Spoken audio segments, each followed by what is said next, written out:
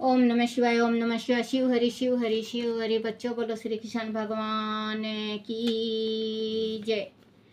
सावन मास महात्म्य की जय। 30वां अध्याय सावन मास का संक्षेपत महात्म तथा उसके सावन श्रवण का फल। ईश्वर ने कहा, हे वत्स, आपसे मैंने जो सावन महीने का महात्म कहा, 100 सालों में भी इस मास का वर्णन नहीं हो सकता। इसे मेरी प्रिया सती ने दक्ष प्रजापति के यज्ञ में अपने देह का होम कर हिमालय की पुत्री के रूप में इस सावन महीने का सेवन किया, जिसके द्वारा उसने मुझे प्राप्त किया। अंत वह महीने मुझे बहुत प्रिय है। इस महीने में ना तो आधी ठंडक ना आधी गर्मी होती है। इस सावन महीने में राजा या प्रजा अपनी देह में वैदिक मंत्र द्वारा सफेद भस्म को लगाता है। यह जल मिश्रित 12 त्रिपुंड धारण करता है। मस्तक, छाती, नाभि, दोनों भुजा, दोनों कूल्हों, दोनों कंधे, दोनों सिर और पीठ में नमस्तो के इस मंत्र से यज्ञोजातिक इस मंत्र से भक्षण मंत्र में सर्वांग में भस्म सुशोभित कर शरीर में 108 रुद्राक्ष को धारण कर 32 रुद्राक्ष कंठ में, 24 दोनों हाथों में, 8 दोनों भुजाओं में, 1 माला में और 1 शिखर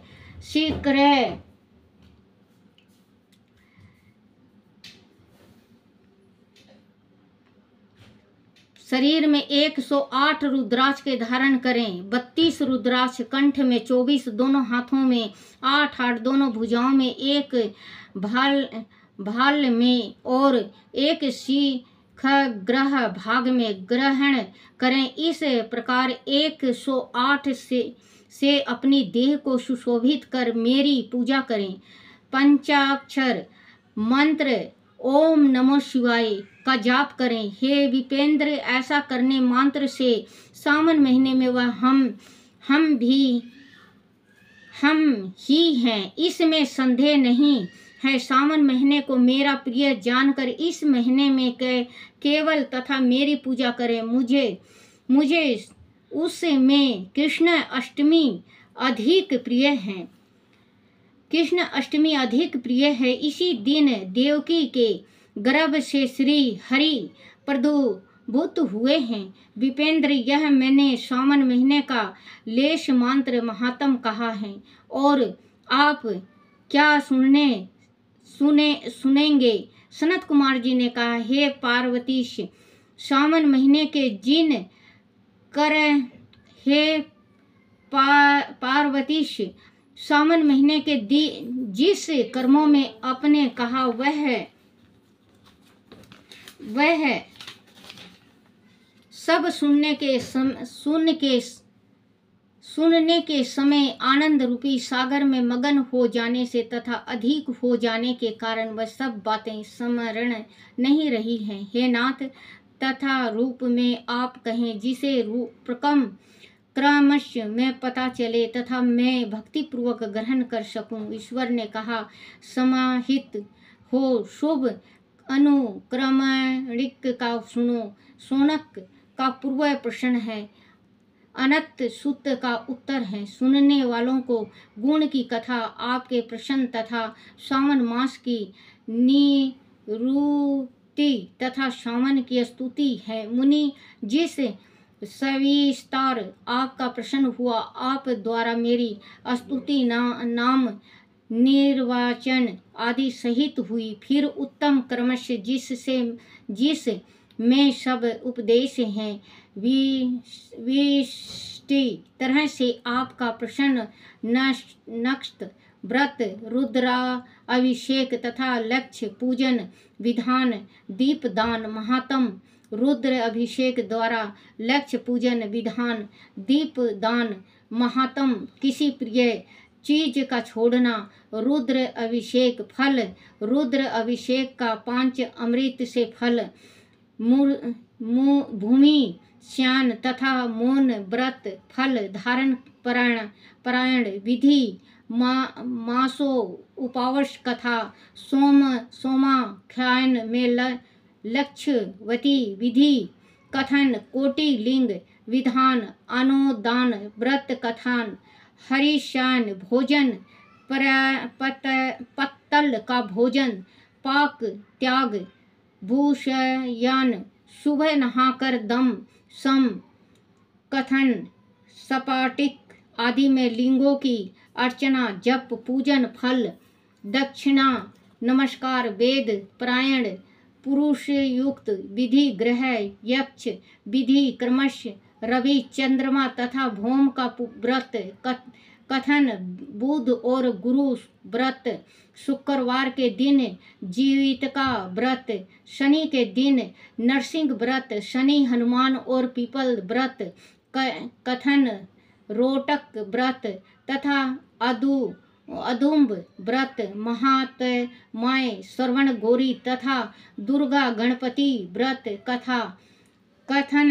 पंचमी में नाग व्रत। अष्टमी को सुपोदान। सप्तमी को शीतला व्रत तथा परित्राण विधि। नवमी को दुर्गा कुमारी पूजा। दशमी को आशा व्रत। एकादशी द्वारा व्रत। द्वादशी को विष्णु प्रीत्यर्थ पवित्रा रोपणे। त्रयोदशी को कामदेव व्रत। चतुर्दशी को शिव प्रीति पवित्रा रोपण।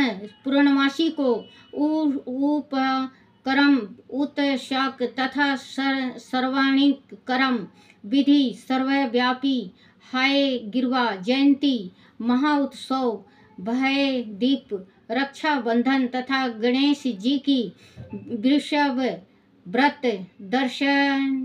दर भय संग्रह नदियों का राजस्थला। समय सिंह संक्रांति में गो प्रवास होने पर शांति करक सिंह। सावन में दान स्नान युक्त मास महात्म। सावन कथा व्यास पूजा। अगस्त ऋषि अर्घ्य विधि कर्म तथा व्रतों का फल निमित्त तथा मास महात्म। सावन द्वारा महीने के सब व्रतों का फल भागी होना। सनत कुमार आप अपने मन में इस कर्मश को ग्रहण करें। इस अध्यान को जो श्रवण करता है तथा जो सावन महीने के संपूर्ण महात्म को श्रवण करता है वह महीने के सब व्रतों का फल प्राप्त करता है। हे सनत कुमार अधिक कहने से क्या लाभ। इस सावन महीने में किसी एक व्रत को करने से वह मेरा प्रिय पात्र हो जाता है। सूत जी ने शौनक आदि ऋषियों से कहा, हे देव ऋषि गण कान में अमृत पान कर हम आनंदित तथा कृत्य हो गए। देव ऋषि उत्तम सनत कुमार सावन महीने की स्तुति और अपने हृदय में शंभु का स्मरण कर उनकी आज्ञा लेकर अपने आश्रम में चले गए। इस परम रहस्य को आप भी हर किसी से ना कहना है। इस ज्ञान लेकर अपने आश्रम में चले गए। इस परम रहस्य को आप भी हर किसी से ना कहना है। प्रभु यह तो आपकी योग्यता देखकर मैंने इसका वर्णन कर दिया है। बोलो श्री कृष्ण भगवान की जय। बोलो शिव पार्वती की जय हो। बोलो गीता महात्मा की जय। बोलो गीता माता की जय। 70वां अध्याय गीता। अब अर्जुन में दान की बखान कहूँ सुनाए। दान है 3 प्रकार का सुनिए ध्यान लगाए। सात्विक राजस तामसी तीन दान के नाम। तीनों में सात्विक भलायु कहती घनश्याम। फल की इच्छा त्याग कर करना चाहिए दान। बेजर ऐसा दान से होता है कल्याण। पात्र को जो दे दिया फल इच्छा को दे त्याग। वही दान उत्तम सदा सुना मित्र महान। सुना मित्र महाभाग। बोलो श्री कृष्ण भगवान की जय। 17वां अध्याय 17 अध्याय विभाग योग। अर्जुन ने पूछा कि हे कृपा निधि, जो प्राणी शास्त्र अनुसार आचरण न करके केवल मन में देवी देवताओं के प्रति श्रद्धा रखते हैं तथा न करके केवल मन में उनकी ही पूजा अर्चना करते हैं, वह कौन सी प्रकृति के होते हैं? सात्विक, राजसी अथवा तामसी? भगवान श्री कृष्ण ने कहा कि हे अर्जुन, प्राणी की सात्विक, राजसी व तामसी प्रकृति पूर्व जन्म के संस्कारों का ही परिणाम होती है, जिन्हें प्राणियों की श्रद्धा उनके अंत कारण के अनुरूप होती है।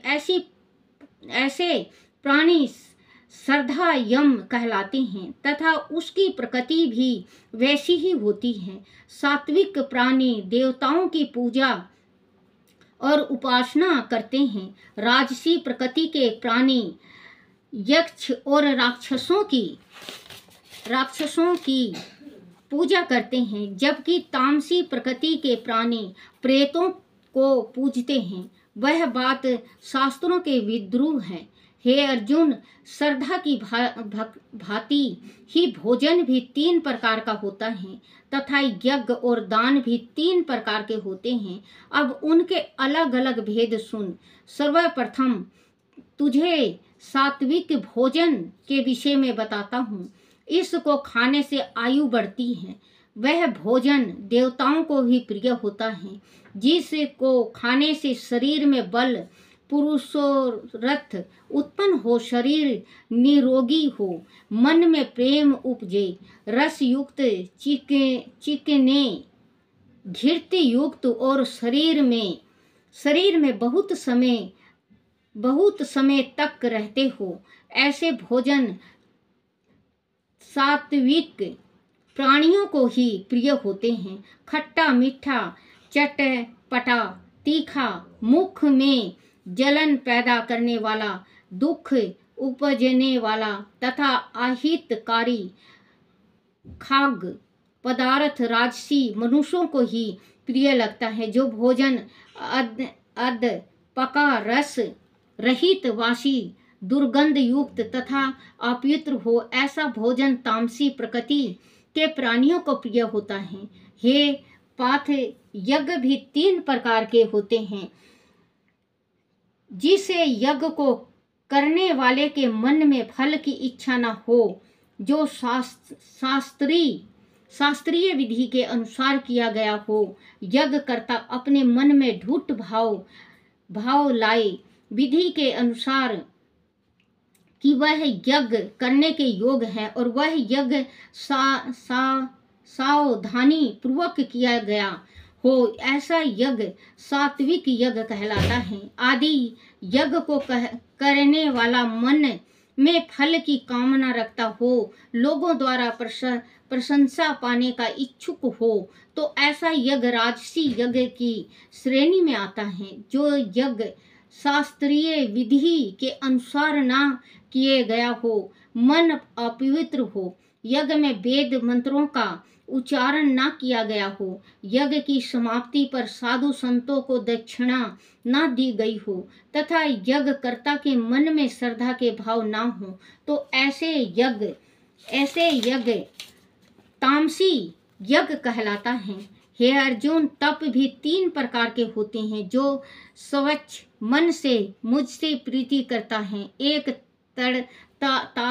तपस्वी की भांति प्रेम के साथ फल की कामना ना करता हुआ मेरा भजन करता है, अपने आप को मुझे अविनाशी ईश्वर को समर्पित कर देता है, वही सात्विक तप कहलाता है। जो भोग विलास एवं मलिन मन के द्वारा अपने आप को प्रतिष्ठित करना चाहता है तथा अपनी मर्यादा स्थापित करना चाहता है, वह पखंडी है।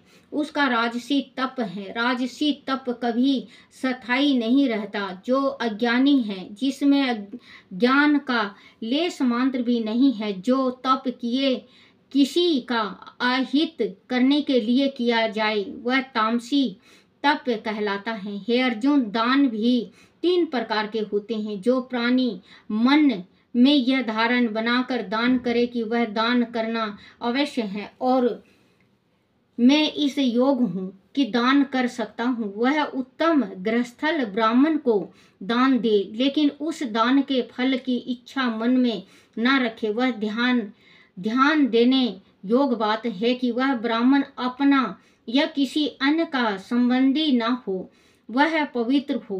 पृथ्वी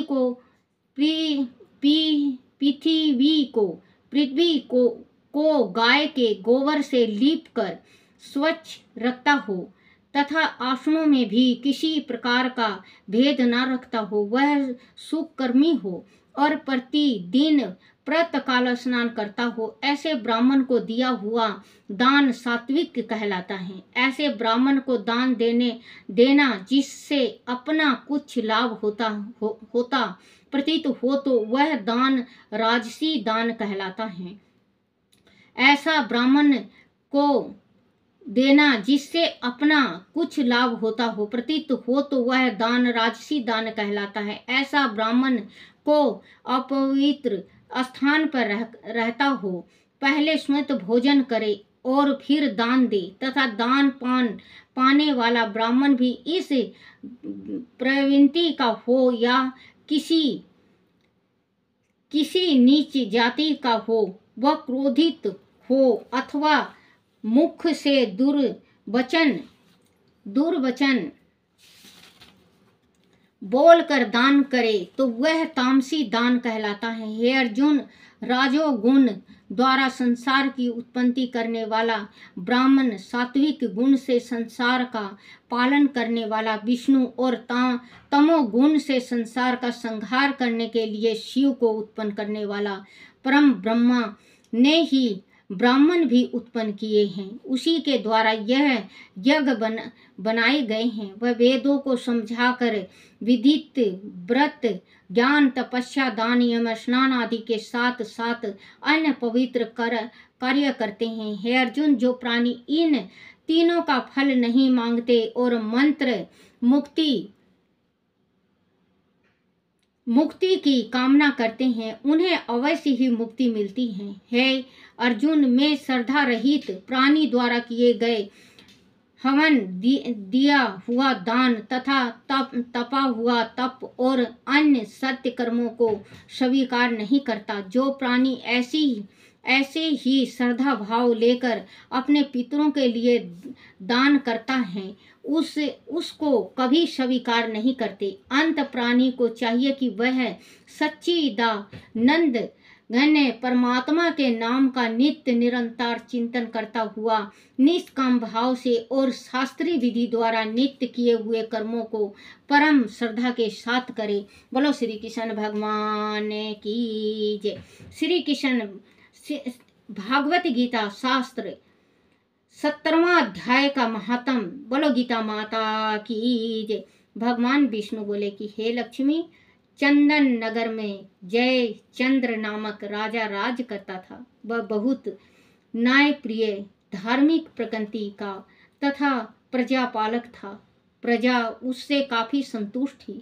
राजा को सबसे अधिक दुख इस बात का था कि उसका पुत्र काफी मंदबुद्धि था। वह सोचकर वह काफी चिंतित रहता था कि उसके बाद इस राज्य का युवराज कैसे उसके शासन को आगे चला पाएगा। एक दिन युवराज पास के ही दूसरे नगर में जा पहुंचा और वह एक राजा सुधांशु के पुत्र से उसने शर्त लगा दी कि अपने अपने हाथी पर सवार होकर दौड़ लगाई जाए तो इस दौड़ में जीतेगा वही उसके राज का उत्तराधिकारी होगा। राजा युधांशु के पुत्र ने कुछ सोचकर शर्त स्वीकार कर ली। दोनों अपने अपने हाथियों पर सवार हुए और दौड़ शुरू हो गई। संयोगवश राजा जयचंद्र का बेटा दौड़ते हुए हाथी से अपने आप को संभाल नहीं पाया और नीचे गिर पड़ा। उसका सिर एक बड़े पत्थर से टकराया और वह लंबी लंबी सांसें लेने लगा। अंतिम सांस लेते वक्त उसने हाथी का स्मरण किया जिससे उसे अगली योनि हाथी की मिली। राजा जयचंद्र का बेटा हाथी के रूप में उधमपुर के राजा उदय सिंह के यहाँ रहा। एक दिन दूसरे नगर का राजा दशरथ सिंह अपनी मित्र राजा उदय सिंह के पास आया। दशरथ सिंह को वह हाथी बहुत पसंद आया। राजा जयचंद्र को जब वह पता लगा कि उसके मित्र को मेरा यह हाथी पसंद है तो उसने वह हाथी अपने मित्र दशरथ सिंह को उपहार स्वरूप दे दिया। दशरथ सिंह उसे उपहार को पाकर बहुत खुश हुआ। दशरथ सिंह ने अपने राज्य में आकर हाथी को गज साल में भेज दिया। उस हाथी ने वह आकर खाना पीना सब त्याग दिया। एक महावत ने आकर राजा से कहा कि महाराज, जब से गज साल में नया हाथी आया है उसने खाना पीना सब छोड़ दिया है।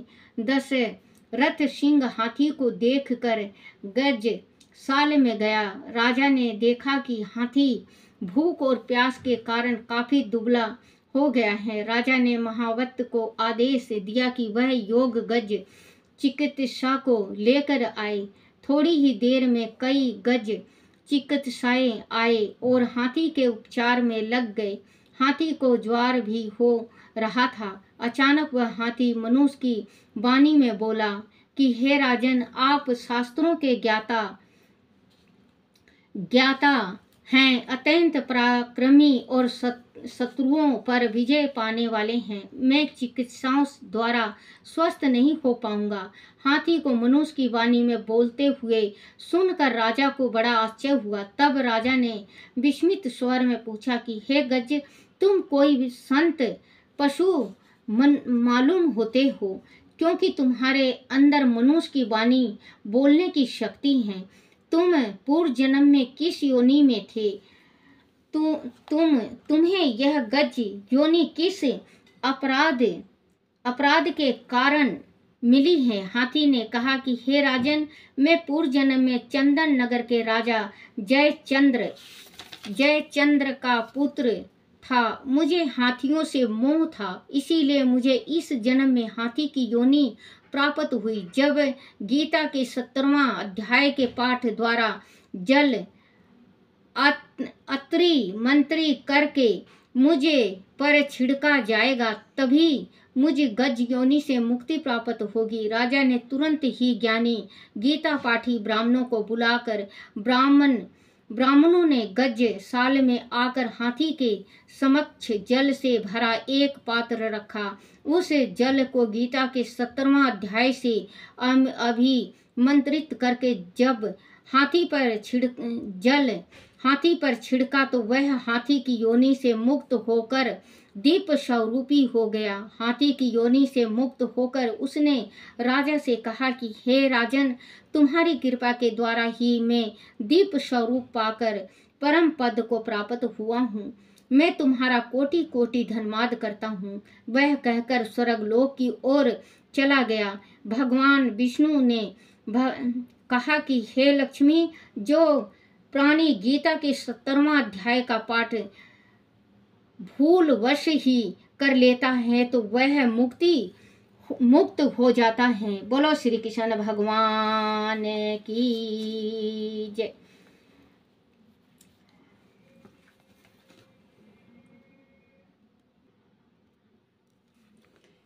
शिव जी की आरती। जय शिव ओमकारा, ओम भज शिव ओमकारा। ब्रह्मा विष्णु सदा शिव, ब्रह्मा विष्णु सदा शिव, अर्धंगित धारा। ओम जय शिव ओमकारा। एकानंद चतुरानंद पंचानंद राजे, भोले पंचानंद राजे। हन शासन गरुराशन, हन शासन गरुराशन, वृकवाहन साजे। ओम जय शिव ओमकारा। दो भुज चार चतुर भुज, दस भुज ते सोहे, बोले 10 भुज ते सोहे। तीनों रूप निरखता, तीनों रूप निरखता, त्रिभुवन जन मोहे। ओम जय शिव ओमकारा। अक्षमाला वनमाला रुंडमाला धारी, बोले रुंडमाला धारी। चंदन मृग मद सोहे, चंदन मृग मद सोहे, बोले शशिधारी। ओम जय शिव ओमकारा। सीतांबर पीतांबर बागंबर अंगे, भोले बागंबर अंगे।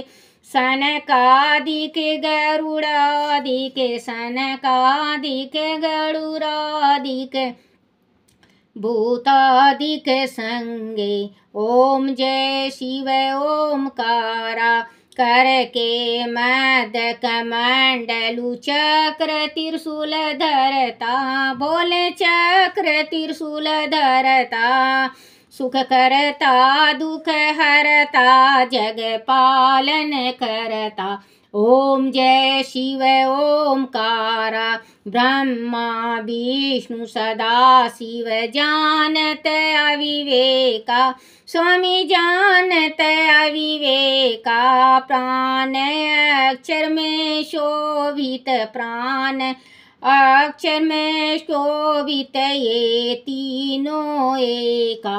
ओम जय शिव ओमकारा। त्रिगुण शिव जी की आरती जो कोई नर गावे, बोले प्रेम सहित गावे, भोले तन मन धन गावे।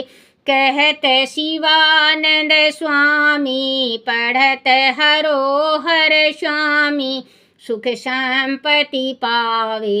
ओम जय शिव ओमकारा। ओम जय शिव ओमकारा, भोले जय शिव ओमकारा। हर हर महादेव, हर हर महादेव, हर हर महादेव।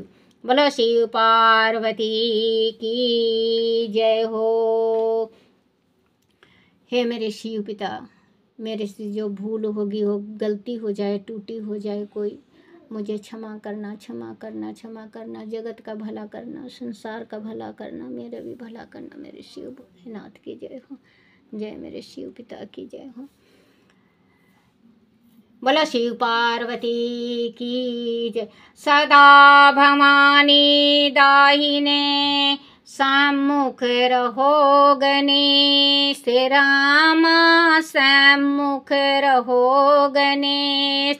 5 देव रक्षा करो, ब्रह्मा विष्णु महेश, सियापति राम। जय जय राम, मेरो मन बसियो सीताराम। बोलो शिव पार्वती की जय हो। अपने अपने माता पिता की जय, अपने अपने गुरुदेव महाराज की जय। हर हर गंगे, हर हर गंगे, बम बम भोलेनाथ की जय हो। ओम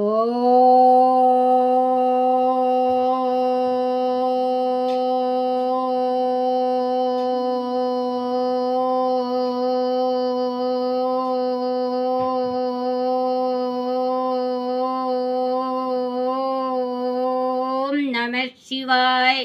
बोला शिव पार्वती की जय हो। जय हो अपने, जय मेरे गुरुदेव महाराज की जय हो।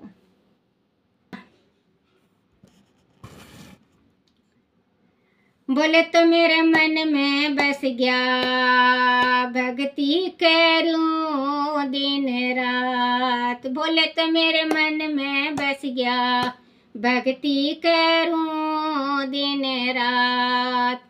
सिर पे इनके गंगा बहती, गले सर्पों की माल। सिर पे इनके गंगा बहती, गले सर्पों की माल। बोले तो मेरी ऐसी सुनता, बोले तो मेरी ऐसे सुनता, सुनता है दिन और रात। भोले तो मेरे मन में बस गया, बोले तो मेरे मन में बस गया। हाथ में इनके डमरू बाजे, हाथ में इनके डमरू बाजे, थैली ले लिया साथ।